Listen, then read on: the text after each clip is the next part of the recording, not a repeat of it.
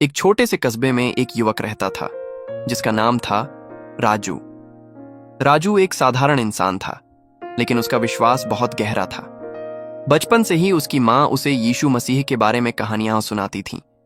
कैसे यीशु दीन दुखियों से प्रेम करते थे, बीमारों को चंगा करते थे और पापियों को क्षमा करते थे। माँ ने उसे यह भी सिखाया था कि प्रभु आज भी जीवित हैं और वे अपने लोगों के जीवन में कार्य करते हैं, बस उन्हें पहचानने की आंख चाहिए। राजू बड़ा हुआ और उसका विश्वास भी बड़ा होता गया। वह रोज प्रार्थना करता, बाइबल पढ़ता और चर्च जाता था। लेकिन उसके दिल में एक बात हमेशा रहती थी, काश मैं यीशु को अपनी आंखों से देख पाता। काश वे मेरे सामने आते और मुझसे बात करते। एक रात प्रार्थना करते हुए उसने भावुक होकर कहा, प्रभु यीशु, मैं बहुत चाहता हूं कि आप मुझसे व्यक्तिगत रूप से मिलें। सिर्फ एक बार। मैं जानना चाहता हूं कि आप सच में मेरी प्रार्थनाएं सुनते हैं या नहीं। कृपया कल मेरे पास आइए, मैं इंतजार करूंगा। उस रात राजू बहुत खुशी और उम्मीद के साथ सोया। उसने सोचा, शायद कल उसका जीवन बदलने वाला है। सुबह जैसे ही राजू जागा, उसका मन उत्साहित था। उसने सबसे पहले घर साफ किया, अपने सबसे अच्छे कपड़े पहने और मेज पर बाइबल और गरम चाय रख दी, जैसे किसी खास मेहमान का इंतजार हो। बार बार वह दरवाजे की ओर देखने लगता। मन में सिर्फ यही सवाल था, यीशु कैसे आएंगे? सफेद वस्त्र पहनकर, दो फरिश्तों के साथ, या तेज रोशनी में? उसी समय दरवाजा खटका। राजू दौड़कर दरवाजे तक पहुंचा। दिल धड़क रहा था, पर दरवाजे पर खड़ा था एक भिखारी। उसकी दाढ़ी बिखरी हुई थी, कपड़े फटे हुए और शरीर दुबला पतला। वह कांपती आवाज में बोला, बूजी, 2 दिन से कुछ नहीं खाया, थोड़ा खाना दे दो। राजू का उत्साह पल भर में गायब हो गया। उसने चिढ़कर कहा, अभी मेरे पास समय नहीं है, बाद में आना।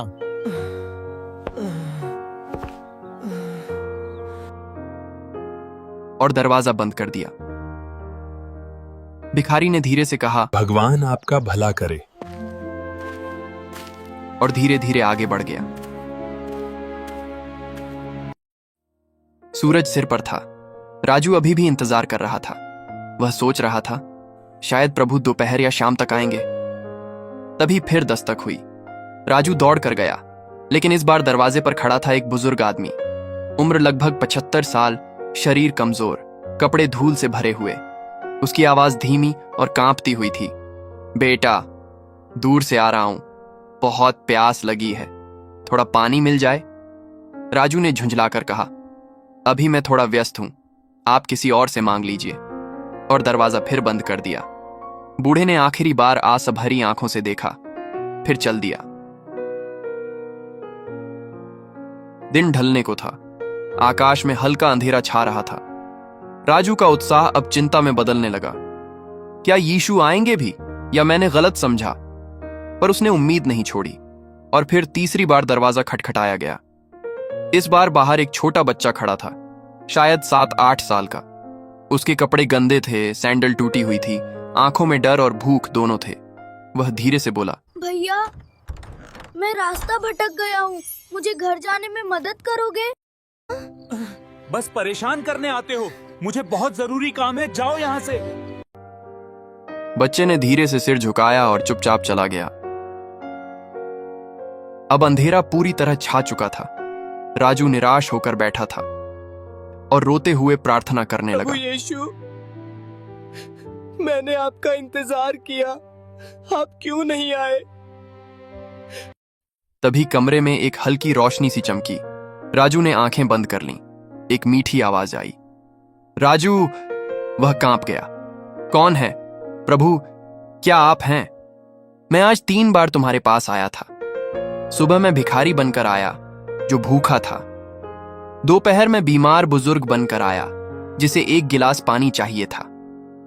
शाम में एक खोए हुए बच्चे के रूप में आया जिसे सहारा चाहिए था, पर तुमने हर बार मुझे ठुकरा दिया। तुमने मेरे रूप को नहीं पहचाना, क्योंकि तुम केवल चमत्कार, रोशनी और महिमा ढूंढ रहे थे।